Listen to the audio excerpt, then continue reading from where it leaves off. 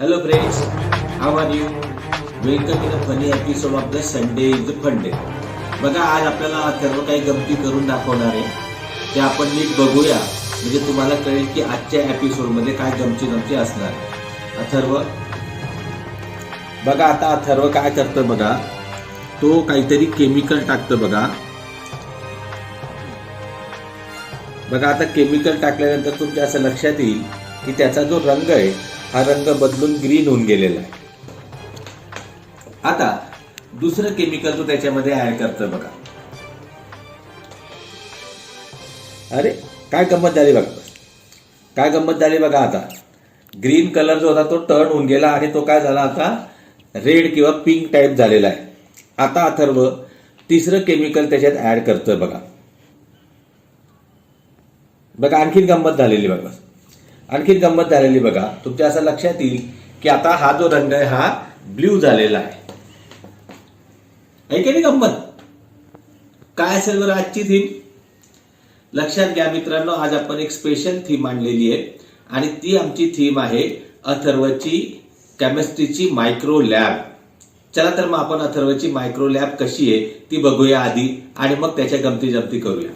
चला मित्रांनो आपण अथर्वची जी मायक्रो लॅब आहे ती बघूया. मायक्रो याचा अर्थ छोटी अशा प्रकारची त्याची ही रसायनशास्त्राची किंवा केमिस्ट्रीची लॅब आहे. काय काय बघा त्याच्यामध्ये तुमच्या असं लक्षात येईल की त्याच्याकडे भरपूर सारे केमिकल्स आहेत बघा.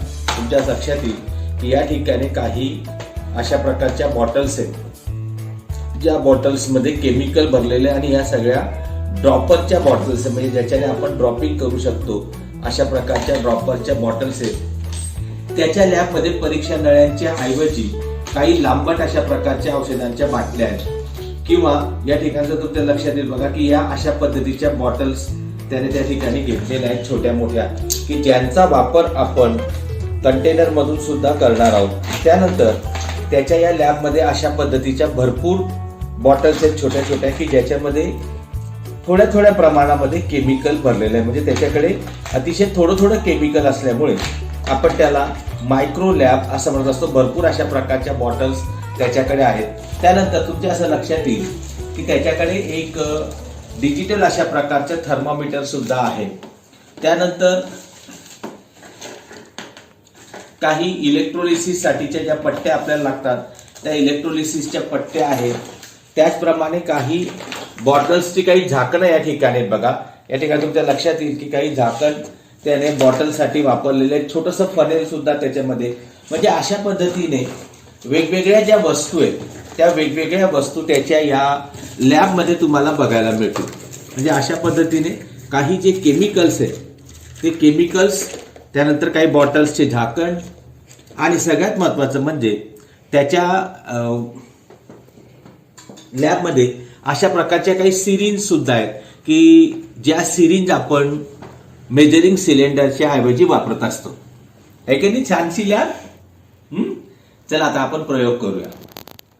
बघा मित्रांनो केमिकल जे असतात त्या केमिकलला शेवटी पदार्थ असंच म्हटलं जातं आणि पदार्थांच्या 3 अवस्था असतात, सॉलिड, लिक्विड आणि गॅस. बघा या ठिकाणी मी 3 सिरिंज घेतलेले आहेत. एका सिरिंज मध्ये मी काय केलेलं आहे बघा, तर तुमच्या असं लक्षात येईल की पीव्हीसी पाईपचे 2 तुकडे जे आहेत हे 2 तुकडे मी याच्यामध्ये भरून दिलेले आहेत. दुसरी जर आपण सिरिंज बघितली तर दुसऱ्या सिरिंज मध्ये मी लिक्विड भरलेलं आहे, थोडंसं कलर लिक्विड आहे. आणि तिसऱ्या सिरिंज मध्ये मी थोडासा धूर भरून घेतो बघा. या पद्धतीने हा जो धूर असणार आहे हा धूर मी या तिसऱ्या सिरिंज मध्ये भरून घेतो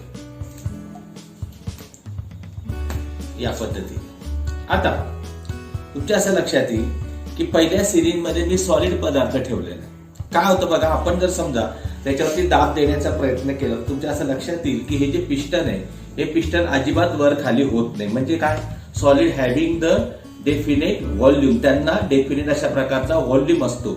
आणि दुसरी महत्वाची गोष्ट म्हणजे त्यांचा शेप सुद्धा बदलत नाही. Solid having the definite shape. जर मी हे पीव्हीसीचे जे पाईप आहेत जर मी बाहेर काढून घेतले तर काय होईल मग या ठिकाणी त्यांचा आकार काही बदलत नाही. समजा या ठिकाणी मी लिक्विड घेतलं आणि या लिक्विडवरती प्रेशर देण्याचा प्रयत्न केला. तुमच्या लक्षात येईल बघा की मी प्रयत्न केला तरी सुद्धा फार काही त्याच्यावरती चेंज होत नाही. याचं कारण काय, तर liquid having the definite volume. आता आपण याचा शेप चेंज करू. आपण याचा फक्त शेप चेंज करू शकतो. म्हणजे मी काय करतो बघा, तर या ठिकाणी तुमच्या लक्षात येईल की या इंजेक्शन किंवा सिरिंज मध्ये असलेलं पाणी मी या ग्लासामध्ये घेतलं, त्याचा आकार जो आहे हा आकार बदलला, म्हणजे याचा जो शेप आहे हा शेप बदलतो. परंतु या ठिकाणी बघा, मी जो गॅस भरून ठेवलेला आहे, जर मी या सिरिंजला बंद केलं तर तुमच्या असं लक्षात येईल की बघा या ठिकाणी पिस्टन वरती होत आहे आणि पुन्हा खाली पण जात आहे. म्हणजे काय होतं, या ठिकाणी गॅस जो आहे, गॅसला डेफिनेट अशा प्रकारचा व्हॉल्यूम नाही, नंबर 1. नंबर 2, त्याला कुठल्याही प्रकारचा डेफिनेट अशा प्रकारचा शेप सुद्धा नाही. म्हणजे आपण म्हणू शकतो की gas having no definite volume and definite shape. मजा येते की नाही? चला आपण आणखी मजा करूया. चला मित्रांनो, आता आपण रिॲक्शन म्हणजे काय असतं याचा विचार करूया. रिॲक्शन मध्ये असं होत असतं की दोन पदार्थ किंवा दोनापेक्षा जास्त पदार्थ जर एकत्र आले तर त्याच्यापासून रिॲक्शन होते असं म्हणतात. परंतु सगळ्यांमध्येच असं होत असेल असं नाही. बघा माझ्याकडे या 2 बॉटल्स आहेत आणि 2 बॉटल्स मध्ये मी एक पदार्थ घेतलेला आहे. हा पदार्थ दोन्ही बॉटल मध्ये सारखाच आहे. आता मी काय करतो बघा की याच्यामध्ये एक लिक्विड ऍड करतो. बघा इथे तुमच्या असं लक्षात येईल की हे लिक्विड ऍड केल्यानंतर इथे तसं काही फार घडलेलं नाही. बघा या ठिकाणी तुझ्या लक्षात येईल की या ठिकाणी फक्त एक सोल्युशन तयार झालेलं आहे, बाकी कुठल्याही प्रकारची रिॲक्शन आपल्याला लक्षात येत नाही. बघा आता दुसरी जी बॉटल आहे तिच्यात सुद्धा मी तीच पावडर घेतलेली होती. आता रिॲक्शन कशी होते हे आपल्याला बघायचं आहे. तर या ठिकाणी मी काय केलेलं बघा की हिच्या बुचाला एक नळी लावून ती पाण्यात सोडलेली आहे. आणि आता मी काय करतो बघा की आता याच्यात दुसरं केमिकल मी ऍड करणार, म्हणजे लिक्विड ऍड करेल. आणि लिक्विड ऍड केल्यानंतर काय होतं आपण त्याचं ऑब्झर्वेशन करूया. आणि मग बघा इथे आता तुम्हाला बबल निघताना दिसत आहे. म्हणजे इथे रिॲक्शन जी आहे ही रिॲक्शन स्टार्ट झालेली आहे आणि रिॲक्शन स्टार्ट झाल्यानंतर या ठिकाणी बबल निघताना दिसतात. आणि या बॉटलमध्ये सुद्धा तुमच्या असं लक्षात येईल की दुधी कलरचा जो पदार्थ आहे हा दुधी कलरचा पदार्थ त्या ठिकाणी जमा होतोय. याला रिॲक्शन असं म्हणतात. बघा जेव्हा 2 पदार्थ एकत्र आले त्यावेळेस त्यांच्यापासून काहीतरी तिसरा पदार्थ तयार झालेला आहे, त्याला आपण रिॲक्शन असं म्हणतो. मी एका याच्यात पावडर घेतली होती, म्हणजे सॉलिड होती, आणि मी ह्या बॉटलने जे टाकलं ते लिक्विड होतं आणि तयार होणारा पदार्थ मात्र इथे तुमच्या लक्षात येईल की तो जो आहे तो गॅस फॉर्म मध्ये आहे. म्हणजे या ठिकाणी वेगवेगळ्या अवस्थेमध्ये रिॲक्शन होत असते. मजा येते ना? माझ्या काही मित्रांना प्रश्न पडला असेल की मागच्या एक्सपेरिमेंट मध्ये मी काय वापरलं होतं.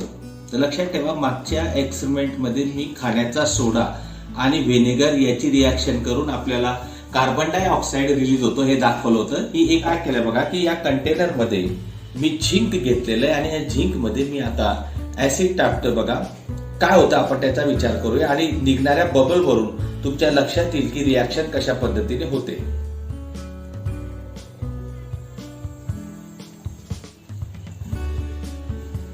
बघा फास्ट अशा प्रकारची रिॲक्शन सुरू झालेली आहे आणि बबल जे निघतात हे हायड्रोजन गॅसचे बबल आहेत आणि मोठ्या प्रमाणावरती या ठिकाणी तुमच्या लक्षात येईल की हायड्रोजन गॅस जो आहे हा हायड्रोजन गॅस लिबरेट होतोय.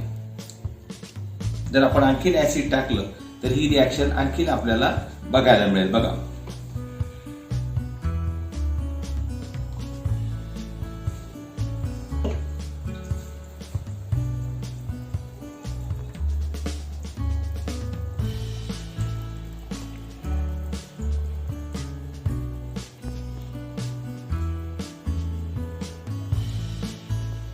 मजा येते ना?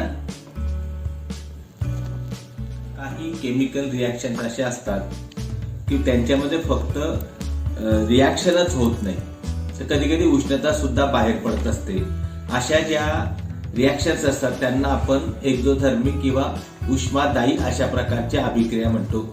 तशा प्रकारची एक अभिक्रिया मी तुम्हाला दाखवणार आहे. आता या ठिकाणी टेम्परेचर वाढलं की नाही हे तुम्हाला मला दाखवता येणार नाही, नाहीतर काय होतं या ठिकाणी आपण हाताने सुद्धा टेम्परेचर वाढलंय बघू शकतो. म्हणून मी काय केलंय बघा, एक डिजिटल थर्मामीटर या ठिकाणी स्पेशली लावून दिलेलं आहे. तुमच्या लक्षात येईल की आता साधारणपणे 25.5 डिग्री सेल्सिअस टेम्परेचर ते आता दाखवत आहे. आता माझ्याकडे पुन्हा अथर्वच्या मायक्रो लॅब मधून मी एक बॉटल घेतलेली आहे आणि याचा जो सेन्सर आहे त्या सेन्सरवरती ही बॉटल मी ठेवून देणार आहे. केमिकल कोणते वापरणार आहे बघा, मी अल्युमिनियमच्या अशा प्रकारच्या फॉइल्स येतात, तर अल्युमिनियमच्या अशा प्रकारच्या काही फॉइल्स जे आहेत त्या अल्युमिनियमच्या फॉइल मी घेतलेल्या आहेत आणि आपल्या घरामध्ये फरशी धुण्यासाठीचं ऍसिड असतं, त्या फरशी धुण्याच्या ऍसिडचा मी वापर करणार आहे. रिॲक्शन होते की नाही ते आपल्याला बबलच्या स्वरूपामध्ये दिसणार आहे. बघा या ठिकाणी मी आता रिॲक्शन स्टार्ट करतोय. सगळ्यात महत्वाचं असं आता रिॲक्शन होते की नाही हे बघण्यापेक्षा आपल्याला टेम्परेचर वाढतं की नाही हे बघायचंय. बघा मग आता आपण या ठिकाणी हे मी केमिकल ऍड करतोय, ऍसिड त्याच्यामध्ये मी ऍड केलेलं आहे. रिॲक्शन हळूहळू स्टार्ट होणार आहे. बघा या पद्धतीने मी त्याच्यामध्ये केमिकल ऍड करून दिलेलं आहे आणि याला बंद करून दिलेलं आहे. अजून रिॲक्शन स्टार्ट झालेली नाहीये. जसे बबल सुरू होतील तसं काय होईल, रिॲक्शन जी आहे ही रिॲक्शन आपल्याला होताना दिसेल आणि आपल्याला टेम्परेचरचं काय होतंय हे सुद्धा बघायचंय. बघा आता तुमच्या लक्षात येईल की रिॲक्शन स्टार्ट झालेली आहे आणि रिॲक्शन स्टार्ट झाल्यानंतर तुमच्या असं लक्षात येईल की टेम्परेचर जे आहे that temperature is also goes on increasing.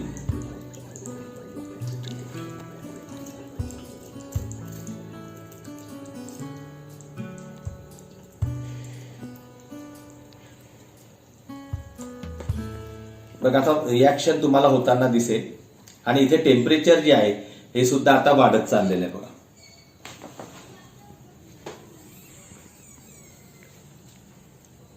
बघा तुम्हाला दिसेल की दॅट विल बी 27.689. आता 28 झालेलं आहे टेम्परेचर. म्हणजे अशा पद्धतीने जे टेम्परेचर आहे that temperature is goes on increasing.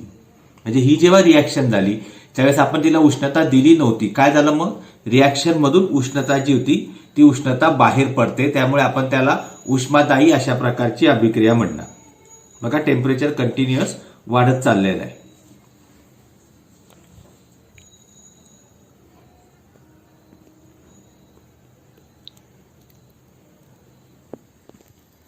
मग आता उष्णता दिल्यानंतर अभिक्रिया जर होत असेल तर त्याला काय म्हणणार आपण, उष्मादायी अभिक्रिया किंवा इंडोथर्मिक रिॲक्शन असं म्हणणार. आणि याचं अतिशय सोपं उदाहरण मी तुम्हाला देतो. बघा आपण आगपेटी पेटवतो, आगपेटी पेटवताना आपण काय करतो की या ठिकाणी काहीतरी केमिकल लागलेले आणि त्याला आपण या ठिकाणी घासतो. घासताना काय होतं मग, टेम्परेचर गोज ऑन इन्क्रीजिंग आणि टेम्परेचर वाढल्यानंतर ती रिॲक्शन सुरू होते. म्हणून ही उष्माग्राही अशा प्रकारची अभिक्रिया आहे. बघा ही अभिक्रिया आपण रोज करत असतो.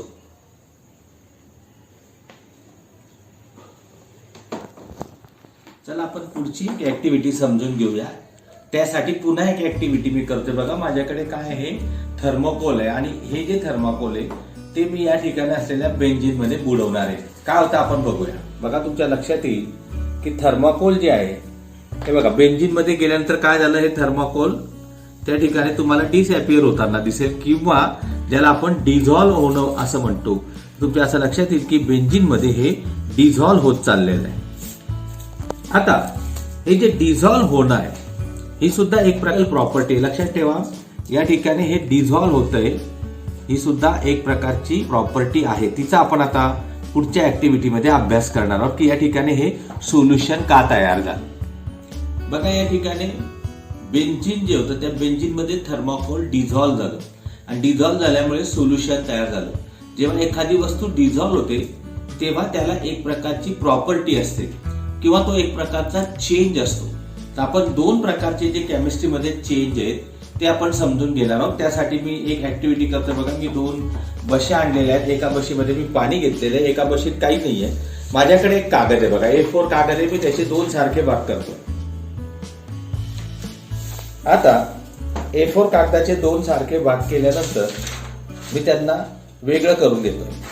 या पद्धतीने मी वेगळं करून घेतलं.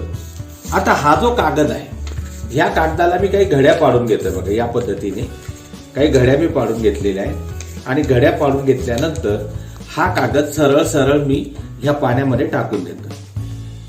तुमच्या असं लक्षात येईल की आता हा पाण्यामध्ये भिजून गेलेला आहे. आणि हा जो दुसरा कागद आहे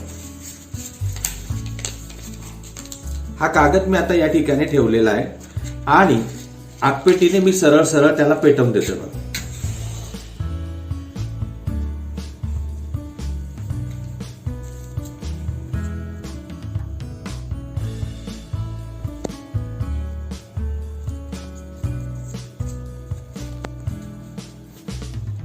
या पद्धतीने या कागदाला मी पेटवून दिले. आता या ठिकाणी दोन प्रकारचे चेंजेस झालेले, आपण त्या चेंजेसचा अभ्यास करणार आहोत. बघा,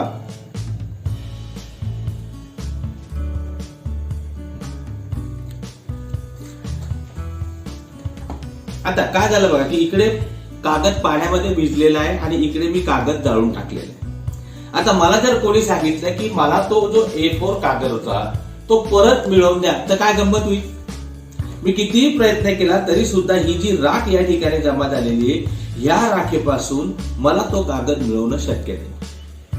म्हणजे अशा प्रकारचे बदल की ज्या बदलांमध्ये आपल्याला पदार्थ पुन्हा परत मिळवता येत नाही, अशा प्रकारचे जे चेंजेस होतात, these changes are called as a chemical change. इथे मात्र काय होईल बघा की हा जो डिझॉल्व झालाय, हा जो कागद भिजलेला आहे, याला मी या पद्धतीने याच्या घड्या ज्या आहेत त्या पुन्हा मी ओपन करून घेऊ शकतो आणि नंतर याला जर मी वाळवून घेतला तर पुन्हा हा कागद मला काय झाला, परत मिळाला. याच्यात जे काही पाणी आलेलं आहे, हे पाणी सुद्धा आपल्याला सुकवता येईल आणि पाण्याला सुकवून आपण हा जो कागद आहे हा कागद परत मिळवू शकतो. अशा प्रकारचा जो चेंज आहे की ज्याच्यात पदार्थ आपल्याला पुन्हा परत मिळवता येतो, अशा प्रकारच्या चेंजला फिजिकल चेंज असं म्हणतात. लक्षात आलं मग तुम्हाला फिजिकल चेंज म्हणजे काय आणि केमिकल चेंज म्हणजे काय? लक्षात घ्या की केमिकल्स मध्ये पुन्हा 3 प्रकार पडतात. काही केमिकल्स हे ऍसिटिक असतात, काही बेसिक असतात, तर काही न्यूट्रल असतात. चला आपण त्यांची सुद्धा थोडीशी मजा घेऊया. त्याच्यासाठी माझ्याकडे काय बघा, या ठिकाणी मी हळद घेतलेली आहे आणि मी आता हळदीचं पाणी तयार करून घेतो, म्हणजे हळदीचं द्रावण या ठिकाणी मी तयार करतो. बघा या पद्धतीने तुमच्या लक्षात येईल की मी हळद जी आहे या हळदीचं या मायक्रो लॅब मधच्या वस्तूंच्या साह्याने हळदीचा एक द्रावण तयार करून घेतलेलं आहे. आता हळदीचा रंग कोणता आहे? तुमच्या लक्षात येईल की हळदीचा जो रंग आहे हा पिवळ्या रंगाचा आहे. आता त्याच्यात मी एक केमिकल टाकतो बघा, केमिकलचं नाव मी नंतर सांगणार आहे आणि काय गंमत होते आपण ती बघूया. बघा काय गंमत आहे, तुमच्या असं लक्षात येईल की हळदीचा जो रंग आहे हा हळदीचा रंग आता लाल होऊन गेला. बघा पिवळा रंग होता, आता हा लाल झालेला आहे. काय झालं असेल बरं? चला आणखीन एक गंमत मी तुम्हाला सांगतो.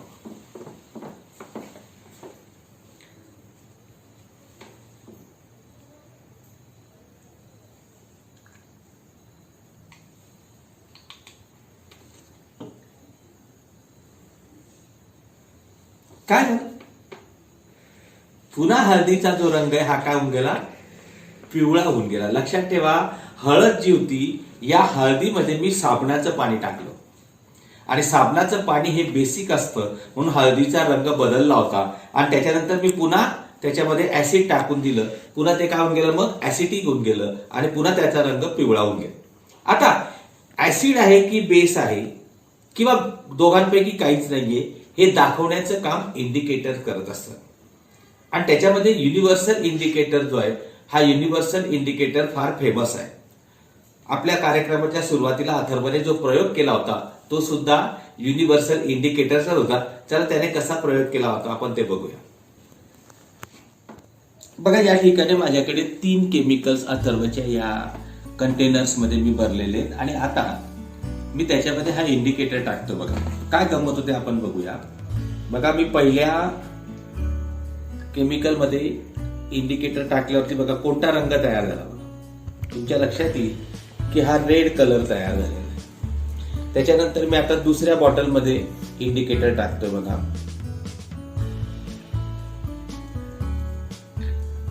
तुमच्या लक्षात येईल की साधारणतः हा ग्रीन कलर तयार झालेला आहे आणि मी आता तिसऱ्या बॉटलमध्ये तोच इंडिकेटर टाकतोय. तुमच्या असं लक्षात येईल की इथे हा ब्ल्यू कलर तयार झालेला. आता हे असे कलर का तयार झाले पहिल्यांदा आपण त्याचा विचार करू. तर लक्षात ठेवा याला पीएच सोल्युशन किंवा युनिव्हर्सल इंडिकेटर असं म्हणतात आणि युनिव्हर्सल इंडिकेटर मध्ये पीएच किती आहे याला महत्व असतं. असे वेगवेगळ्या प्रकारचे रंग असतात. पीएच ला नंबर दिलेले असतात 0 पासून तर 14 पर्यंत. जर समजा मधला जर आपण अंक घेतला तर तो 7 असतो आणि तो हिरव्या रंगाचा असतो. लक्षात ठेवा, या ठिकाणी हे पाणी आहे आणि ह्या पाण्यामध्ये कुठल्याही प्रकारचं ऍसिड किंवा बेस नाही, किंवा हे न्यूट्रल आहे. आणि न्यूट्रल असल्यामुळे काय होतं, मग त्या ठिकाणी तुमच्या असं लक्षात येईल की त्याला हिरवा रंग मिळाला, म्हणजे याची पीएच किती असेल, 7 असणार आहे. या ठिकाणी बघा हा लाल रंग मिळालेला आहे, म्हणजे याची जी पीएच आहे that pH is less than 7, हे ऍसिड आहे, लक्षात ठेवा. आणि या ठिकाणी निळा रंग मिळालेला आहे, याचा अर्थ याची पीएच ग्रेटर दॅन 7 आहे, म्हणजे हे बेसिक किंवा अल्कलाइन आहे की नाही मजा. तुम्ही सुद्धा वेगवेगळ्या प्रकारचे नॅचरल इंडिकेटर्स असतात, त्यांचा शोध घ्या आणि त्याची मजा घ्या. बघा, काही असे केमिकल्स असतात की त्यांचं जर आपण सोल्युशन तयार केलं तर त्या सोल्युशन मधून, विशेषतः ते वॉटर सोल्युबल असतात, त्यांचं जर आपण सोल्युशन तयार केलं तर त्याच्यातून इलेक्ट्रिसिटी वाहते. आणि काही असे असतात की त्यांचं सोल्युशन जे असतं किंवा त्यांचं जर आपण लिक्विड घेतलं तर त्याच्यातून इलेक्ट्रिसिटी वाहत नाही. त्याच्यावरून इलेक्ट्रोलाइट्स आणि नॉन इलेक्ट्रोलाइट्स अशा प्रकारचे 2 प्रकार पडतात, इलेक्ट्रोलाइट्स आणि नॉन इलेक्ट्रोलाइट केमिकल्स. तर आपण त्या सोल्युशन्सचा अभ्यास करूया. बघा, माझ्याकडे या ठिकाणी पाणी आहे आणि मी एक छोटंसं इन्स्ट्रुमेंट या अथर्वच्या मायक्रो लॅब मध्ये बनवलेलं आहे. बघा, या ठिकाणी 2 तुमच्या लक्षात येईल की सेलमध्ये जे कार्बन असतात ते कार्बन आहेत. या ठिकाणी एक सेल लावलेला आहे आणि इथे बल्ब लावलेला आहे. आता जर या दोन्ही कार्बन मध्ये जर कंटिन्युटी आली तर बल्ब लागतो. बघा, या ठिकाणी मी कंटिन्युटी घेऊन दाखवतोय तुम्हाला. बघा, या पद्धतीने जर कंटिन्युटी आली, म्हणजे मेटल जर आलं याच्यामध्ये, तर इथे बल्ब लागलेला आहे.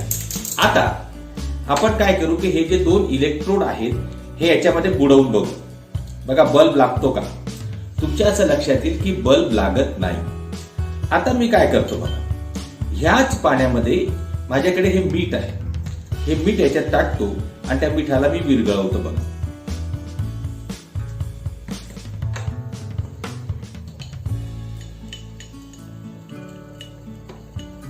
आता हे मिठाचं सोल्युशन तयार झालेलं आहे. आता काय होते गंमत ती बघूया आपण.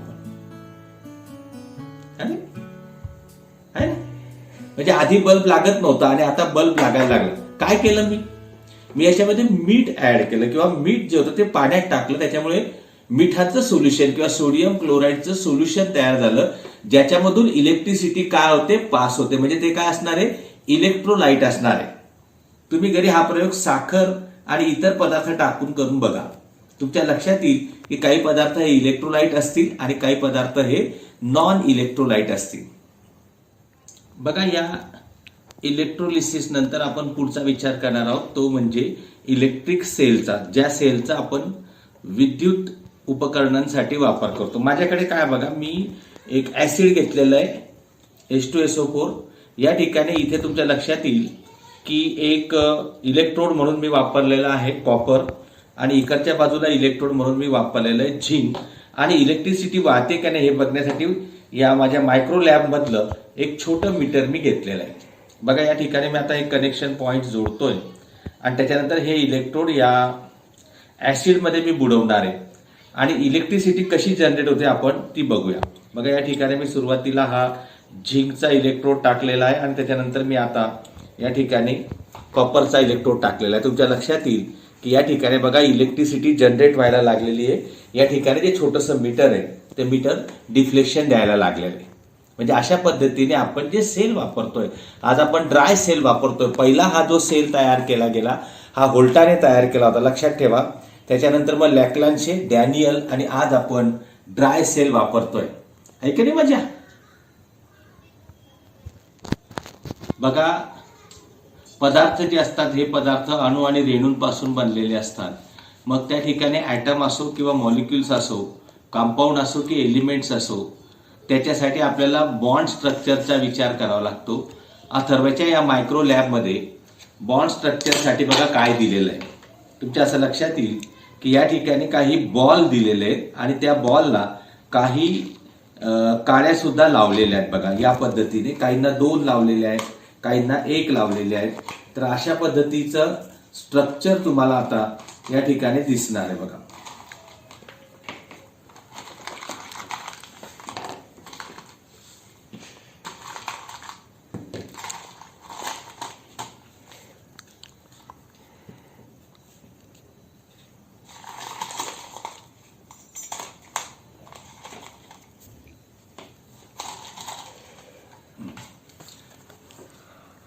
आता समजा आपण असा विचार करू की पाण्याचा रेणू कसा असतो, तर या ठिकाणी तुमच्या असं लक्षात येईल की हा ऑक्सिजनचा अणू आहे आणि त्याची ही 2 व्हॅलन्सी इथे दिलेली आहे आणि ऑक्सिजनला 2 आपल्याला हायड्रोजन ऍटम जोडायचे आहेत. म्हणजे अशा पद्धतीने आपण 2 हायड्रोजन ऍटम त्याला जोडणार आणि 120 अंशाचा अँगल त्या ठिकाणी तयार होतो आणि अशा पद्धतीने पाण्याचा जो रेणू असतो हा पाण्याचा रेणू तयार होत असतो. आहे की नाही मजा? चला आपण कार्बनचा विचार करू. जर आपण कार्बन घेतला तर त्याची 4 व्हॅलन्सी असते. या ठिकाणी 4 तुम्हाला काड्या दिसतील, त्या 4ला आपण काय करणार तर 4 हायड्रोजन ऍटम जोडून देणार बघा या पद्धतीने. So we have to connect the 4 hydrogen atoms. या ठिकाणी हे जे पांढरे मणी आहेत हे आपण हायड्रोजन म्हणून कन्सिडर करणार आहोत बघा या पद्धतीने. आणि तुमच्या लक्षात येईल की एक प्रकारचं स्ट्रक्चर तयार झालेलं आहे आणि हे जे स्ट्रक्चर आहे यात सुद्धा 120 डिग्रीचा अँगल प्रत्येक बॉन्ड मध्ये झालेला आहे. असं जे स्ट्रक्चर असतं हे मिथेनचं स्ट्रक्चर असतं. आहे की नाही मजा? म्हणजे आपण या ठिकाणी मिथेन बनवू शकतो. समजा आपण हायड्रोकार्बनचा जर विचार केला तर तुमच्या असं लक्षात येईल की आपण हायड्रोकार्बन सुद्धा बनवू शकतो. बघा एक कार्बन ऍटम मी घेतो, या कार्बन ऍटमला हा दुसरा कार्बन ऍटम जर मी जोडून दिला तर या ठिकाणी हा हायड्रोकार्बन तयार होत जातो आणि त्याला आपण या ठिकाणी हे 3 जे असतील हे 3 हायड्रोजन ऍटम जोडून देणार. या एका बाजूला 3 हायड्रोजन ऍटम जोडणार आणि दुसऱ्या बाजूला सुद्धा आपल्याला 3 जे हायड्रोजन ऍटम आहेत हे 3 हायड्रोजन ऍटम जोडता येतील बघा. या ठिकाणी आपल्याला इथेन जे येतो त्याचा मॉलिक्यूल आपल्याला तयार होताना दिसेल. म्हणजे CH3 अशा प्रकारचा मॉलिक्यूल तयार होतो. आता यांच्यामध्ये डबल बॉन्ड सुद्धा असतो. आपण डबल बॉन्डचा विचार करूया. बघा तुमच्या असं लक्षात येईल इथले जर मी 2 हायड्रोजन ऍटम रिप्लेस करून घेतले या पद्धतीने तर आपण यांच्यामध्ये डबल बॉन्ड सुद्धा तयार करू शकतो. म्हणजे अशा पद्धतीने हा डबल बॉन्ड इथे तयार होईल. तर याचं स्ट्रक्चर कसं असेल हे आपल्याला पटकन सांगता येतं. समजा आपण आणखीन 2 हायड्रोजन ऍटम कमी करून घेतले आणि आणखीन आपण या ठिकाणी एक या पद्धतीने तर ट्रिपल बॉन्ड जो आहे हा ट्रिपल बॉन्ड सुद्धा आपल्याला दाखवता येतो. आहे की नाही मजा? तर आता शेवटचं तुम्हाला मी एक बेंझिनचं स्ट्रक्चर कसं असतं ते दाखवतो. बघा या ठिकाणी हे बेंझिनचं स्ट्रक्चर तयार झालेलं आहे. बेंझिन मध्ये 6 जे असतात ते 6 कार्बन ऍटम्स असतात, 3 डबल बॉन्ड असतात आणि 6 हायड्रोजन ऍटम असतात. तर अशा पद्धतीचं एक क्लोज स्ट्रक्चर तयार होतं. That is called as a benzene. आहे की नाही मजा? मग अथर्वची केमिस्ट्रीची मायक्रो लॅब बघून मजा आली की नाही? तुम्ही सुद्धा घरी अशा पद्धतीच्या छोट्या छोट्या बाटल्या गोळा करा, इंजेक्शनच्या सिरीज गोळा करा आणि त्याच्यापासून तुमची स्वतःची मायक्रो लॅब बनवा. पुन्हा आपण भेटूया पुढच्या भागामध्ये. Sunday is the fun day.